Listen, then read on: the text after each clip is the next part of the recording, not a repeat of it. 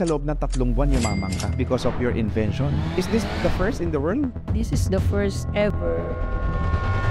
Harold Den, a young CEO. Revolutionized helmet hygiene with the Go Clean Helmet Vendo machine, offering motorcyclists an easy, on-the-go sanitation solution. His innovation has quickly gained over 100 franchisees, transforming safety standards and inspiring others. Ang ganda ng negosyo mo. Grabe, ang galing ng isip mo. Nakita ko ho, yung market napakalaki ng mga riders natin. Meron tayong mahigit kumulang na 10,000 riders ang nadadagdag kada buwan. Filipinos are purchasing up to 8,000 new motorcycles daily. With 40% of them hitting Metro Manila roads. Napakaganda nung naisip mo kasi syempre, ang helmet nga naman, prone yan sa bacteria. Kahit pa sabihin mo may hairnet, madumi pa rin yan. When you get your helmet out, medyo mainit kasi that's one antibacterial mechanism na install natin sa mga machine. May mga nagre-reach out sa akin from Brazil, from Greece, Singapore, Indonesia. Napabilib mo ako kung ako mag-i-invest sa negosyo. Mag-i-invest ako sa'yo.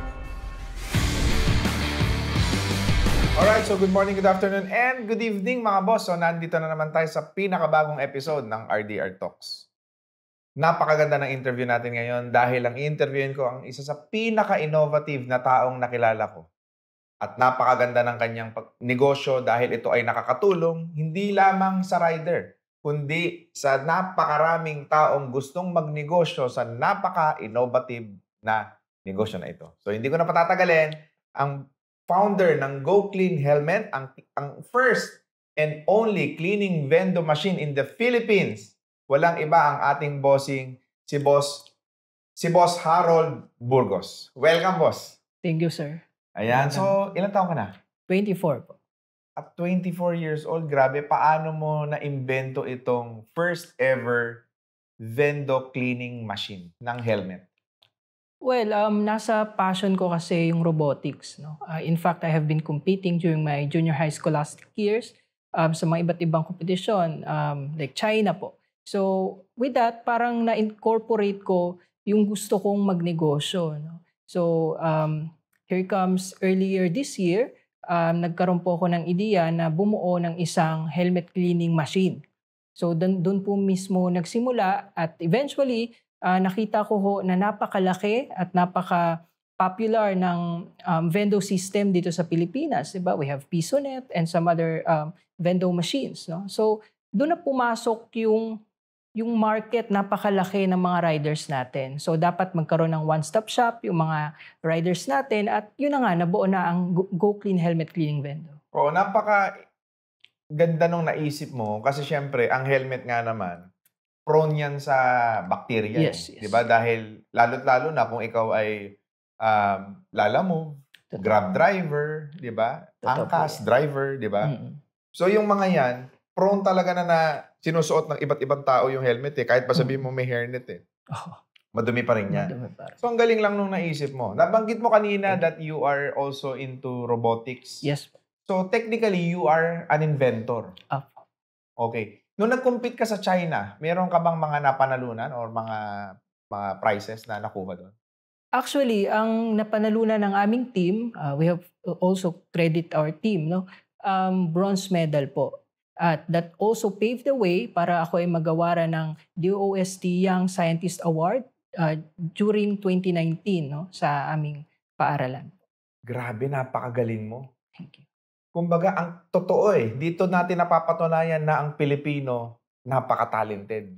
Thank you. Diba? Kumbaga, world-class ang Pilipino. Imagine, ito si Harold, just 23 years old, he is already a scientist, diba? An inventor, na ngayon ay nakagawa ng isang produkto na po pwedeng maging global hit ito eh. Actually, nagtitrending na yung produkto mo ngayon sa napakaraming social media platform dahil nga napaka-unique ng ginagawa nito. So basically, what's the concept or the idea kapag magpapalinis sila ng helmet? Ano yung nagagawa nito? Well, during the initial process, we have this UVC sterilization na kung saan gumagamit ng NM Blue 0.5 yung ating machine, yung ating UV light, nalilinisan na initially yung helmet, yung pinaka-outer layer ng helmet natin. At at the same time, nagkakaroon na din ng warm-up yung machine natin. At eventually, maglalabas o mag-release na ito ng fogging mechanism na nagdi-disinfect at nagpapabango ng ating mga helmets. Galing. So sa ngayon, kailan mo inumpisahin yung business na yan, Harold? February po, I start conceptualizing it, and then later on, I filed for patent in the Philippines para po ma-secure natin yung ganyang disenyo, ganyang mekanismo, and launch it in July. July lang po, latter part This of year? July. Yes, July 28. So, more or less 2 months pa lang. 2 months pa lang Yes, ang negosyo mo. Ilan na ang nabenta mong machine? Sa ngayon, we have distributed at meron tayong existing operational 300 units na po. 300 units in a Apo. span of 1.5 months. 1.5 months. Apo. Diba?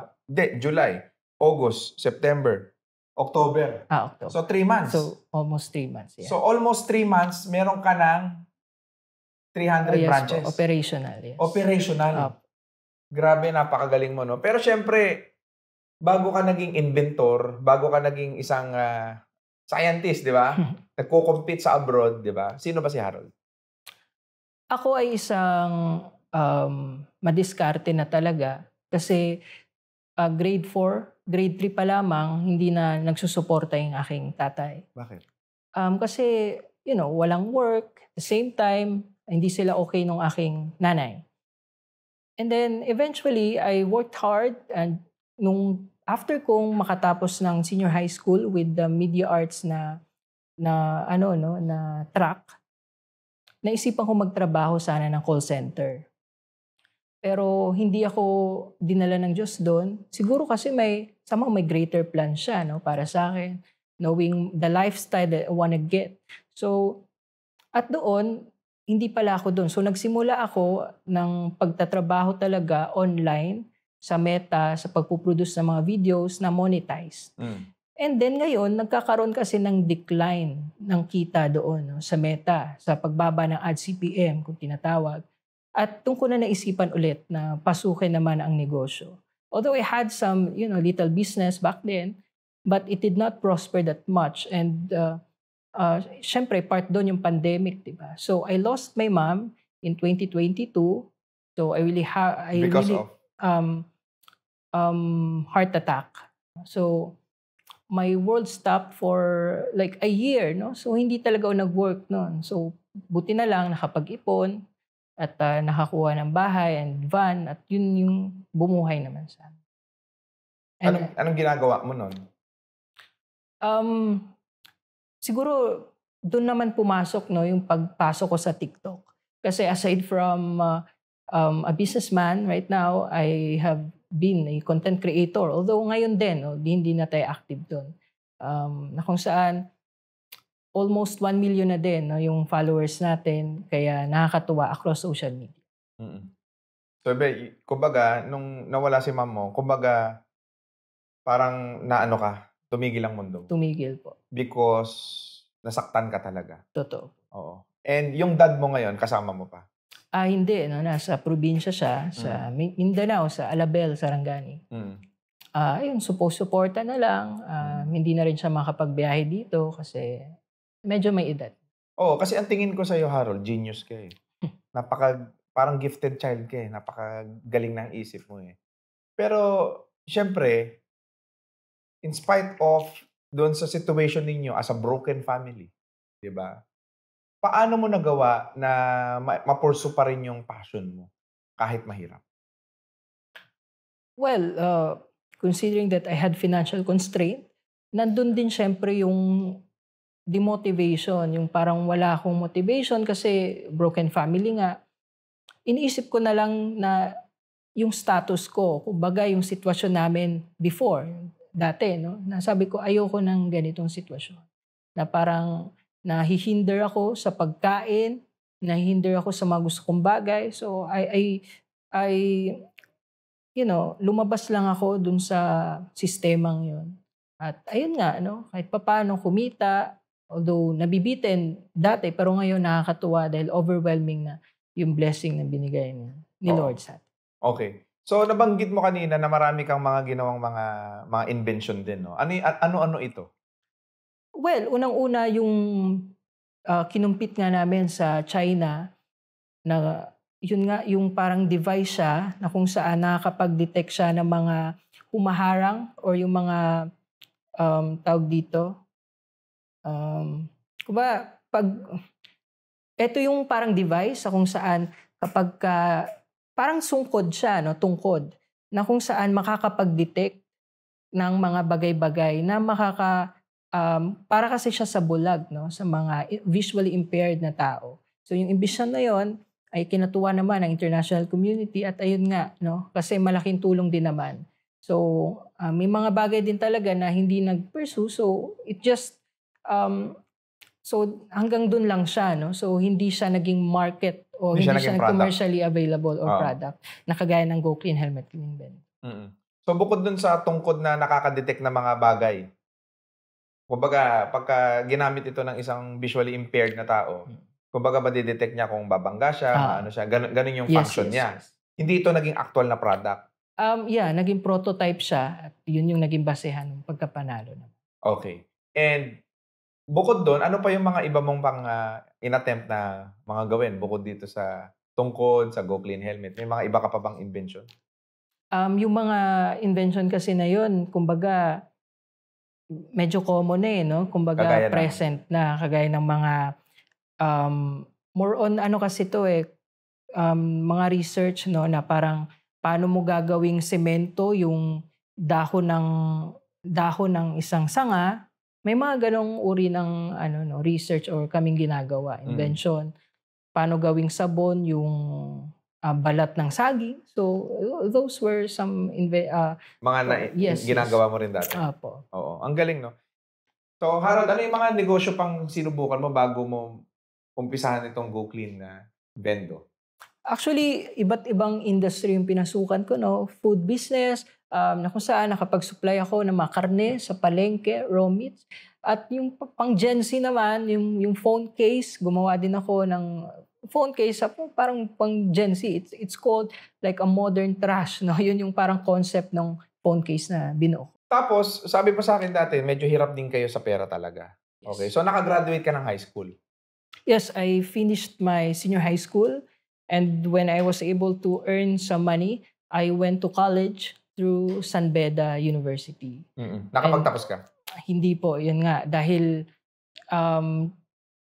after kong matapos yung isang year, doon naman yung pumasok yung pagninegosyo, which is at present. No? So, I had to stop again. Kasi yung education naman, nandyan lang naman yan.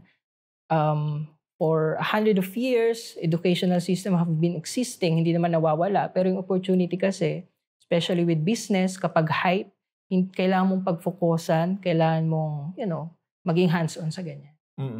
So, currently, ngayon, as a business owner, no? As a young business owner, 23 years old. 24. No?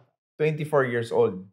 Ngayon, do you think in the future, tatapusin mo pa rin ba ang pag-aaral mo? Oo naman. Actually, after kung... kasi ngayon, as we transition from a sole proprietorship, ngayon, we're turning it to a corporation.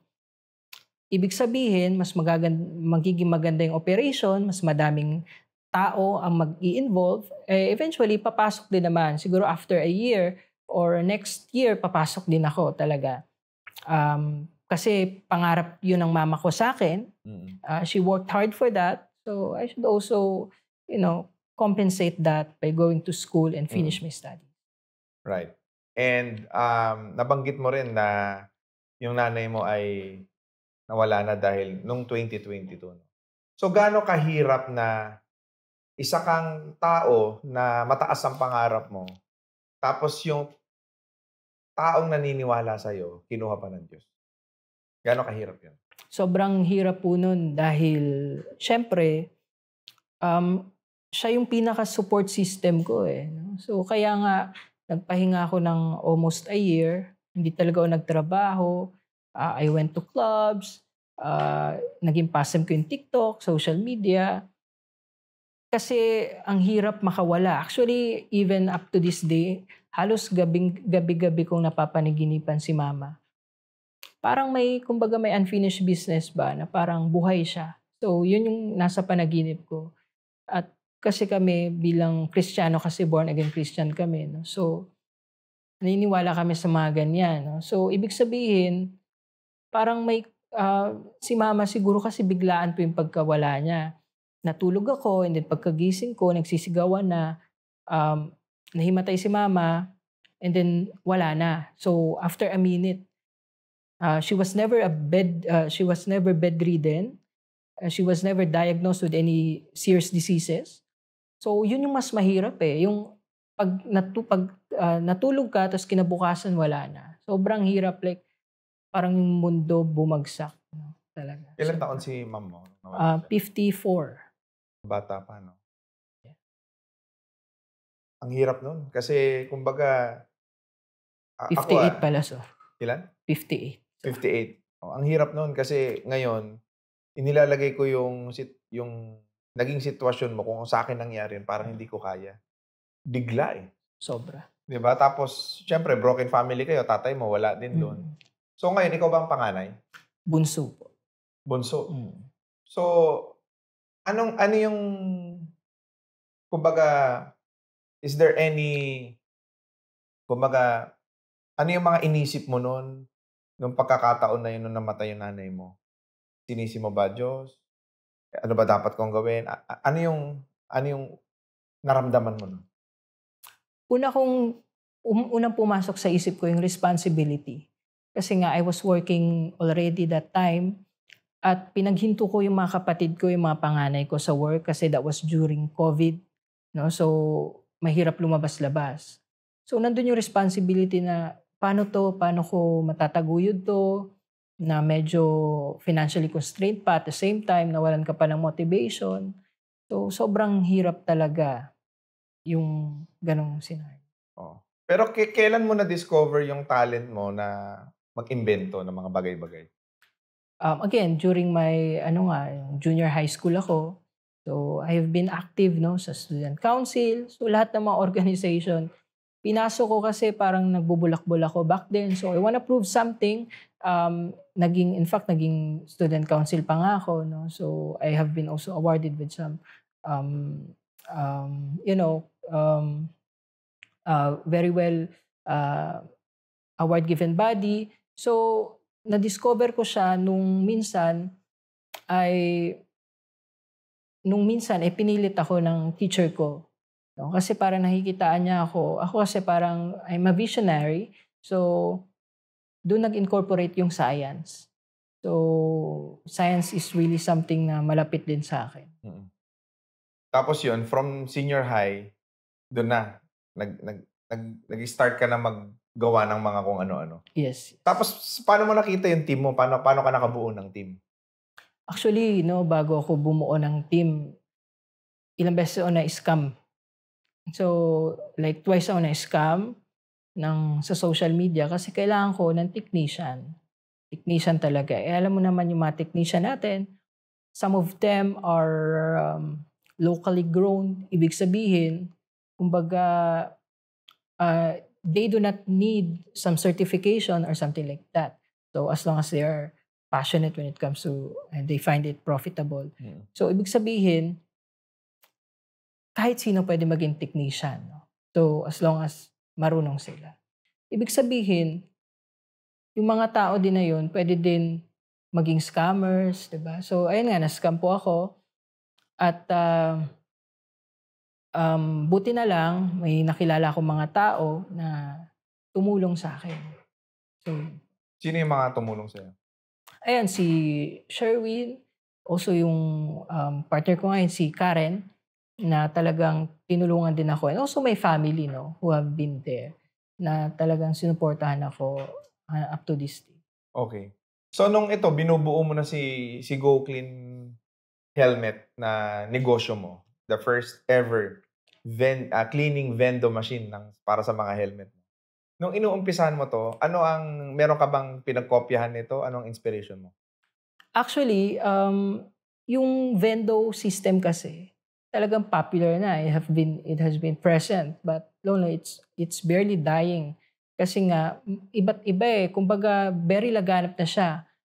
yung piso wifi, meron tayong car wash bendo, so meron pa tayong mga iba't iba, coffee bendo, no? So talagang laganap na siya.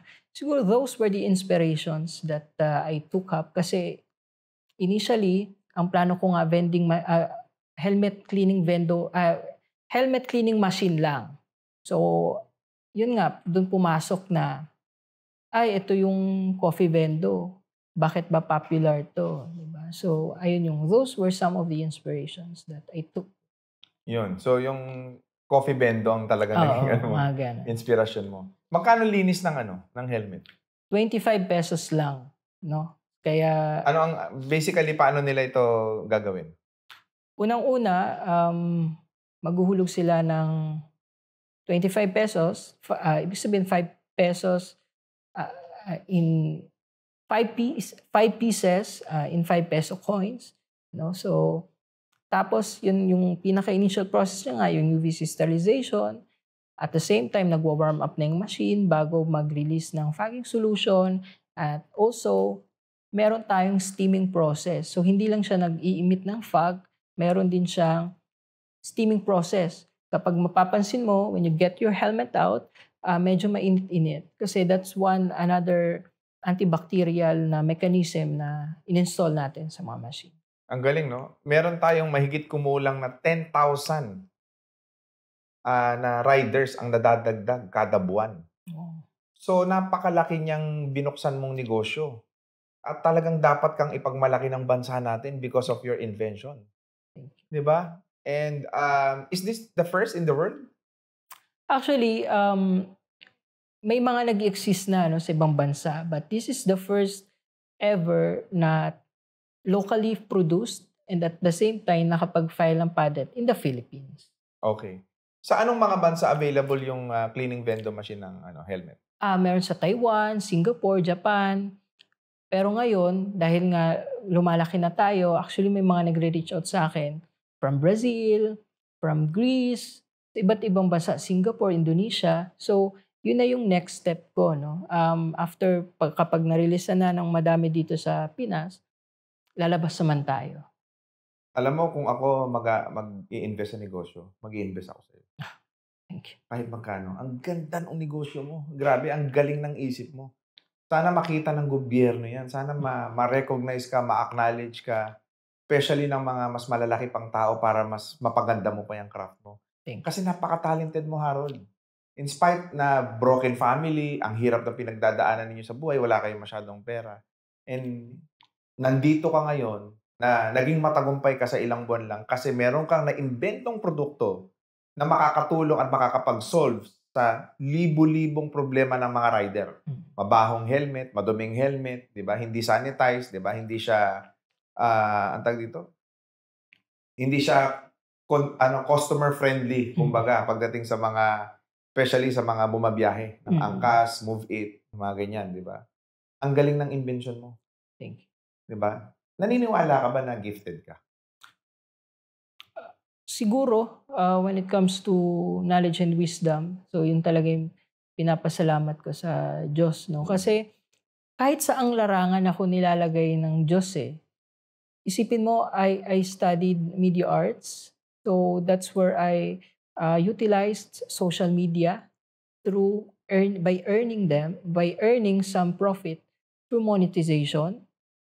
So somehow, yun yung bumuhay sa pamilya ko for quite some time. At nagtaguyod din at nagpasok sa akin muli sa isang universidad na prestigyoso. At ngayon naman sa business industry, yung sa vending machine naman. So siguro, no, I consider that as a gift and gifted siguro talaga. Na-test ba ang IQ mo? Hindi na. Hindi pa? Wala.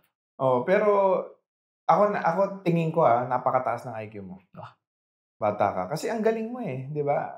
Kumbaga, dapat ito yung kumbaga pwede kang maging national treasure 'Di ba? Kasi marami ka pang pupwedeng buuin Marami ka pang pupwedeng gawin na bagay Bakit hindi mo tinignan na disadvantage yung kalagayan ng buhay mo dati na broken family, wala masyadong pera? Bakit hindi ka nahirapan, no? Na lakbayin yung daan mo papunta doon sa tagumpay na meron ka ngayon? Kasi naniniwala ako na hindi yun panghabang buhay. Magiging panghabang buhay lang yun kapag nilagay mo na ginawa mo ng sistema sa buhay. So I believe na life, 'di ba, parang up and down 'yan. No? So nandun ako sa down during that time at naniniwala kong aangat ulit. No? So ganoon lang naman at you have to build connection. No? You have to make camaraderie with other people. Marunong ka dapat makisama. And that's how you gain knowledge from them. And then you can apply it and it becomes wisdom. Galing mo. From July to present, magkano na ang kinita mo dyan sa cleaning vending machine mo na yan? Pwede masabihin. Digit lang.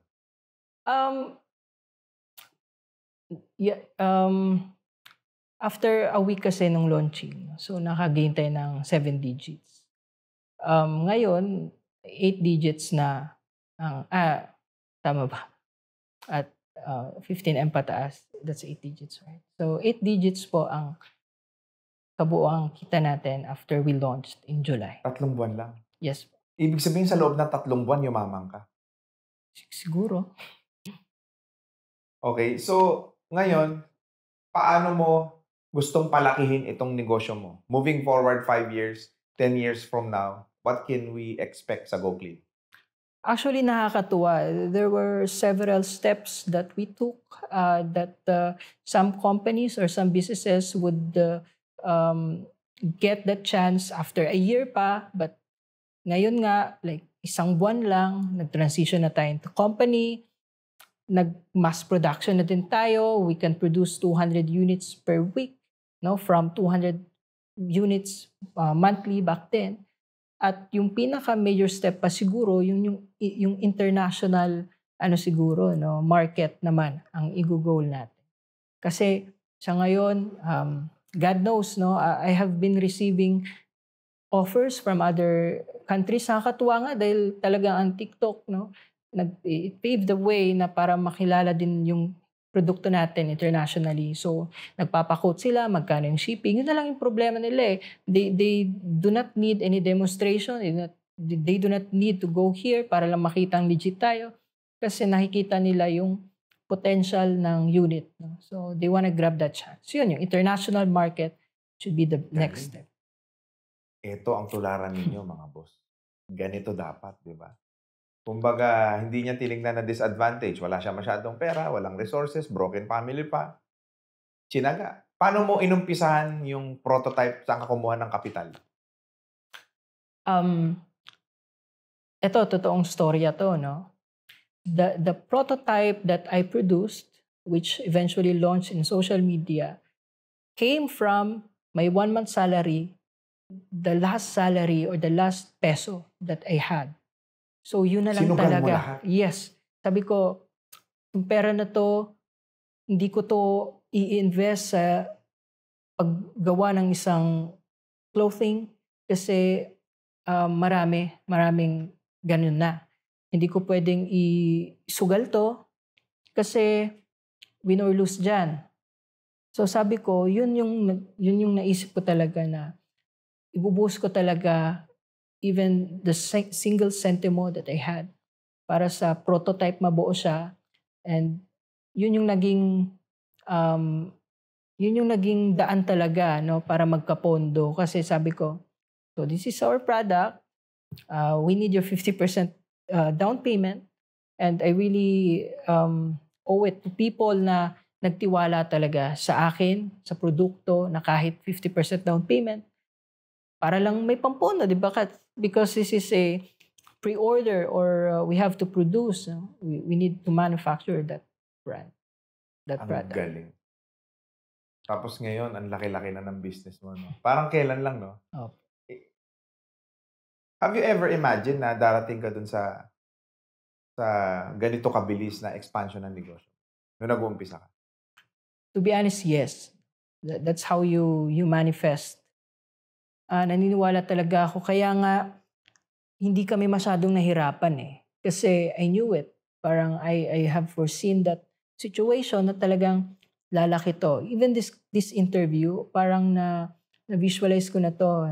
Parang magkakaroon din ako ng ganito na opportunity, na may interview, one-on-one. So, yun yung mga nasa isip ko or those dreams that I had. No?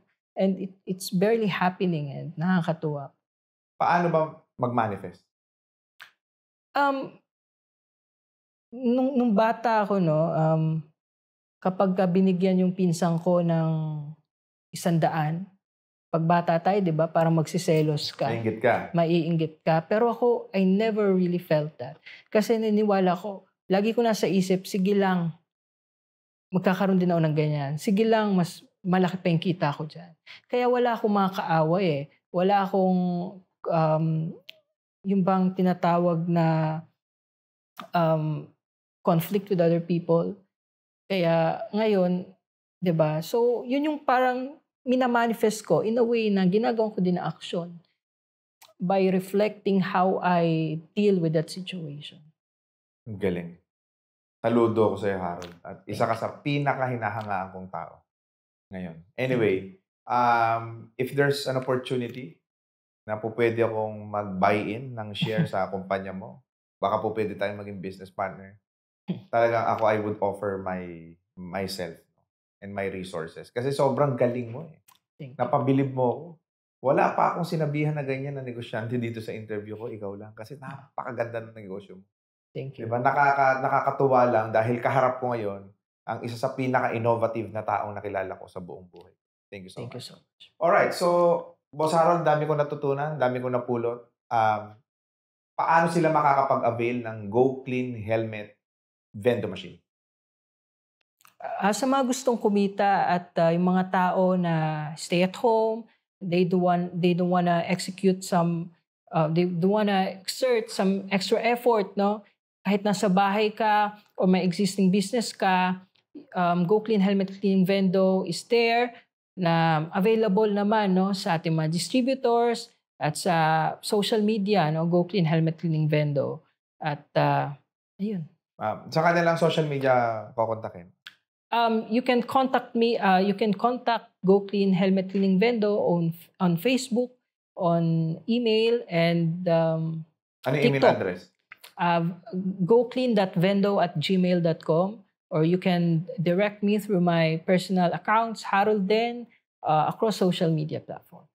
Yan. So, i-follow ninyo Harold Den sa social media. Yes. Okay. Cellphone number na po pwede nilang kontakin or tawagan para makapag-inquire sila, makapag-avail ng Go Clean Helmet Vendo. So you can call through our landline.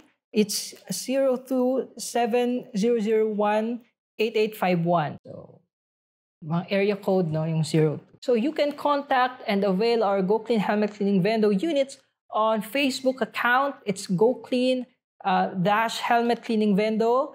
Also on social media, Instagram, TikTok.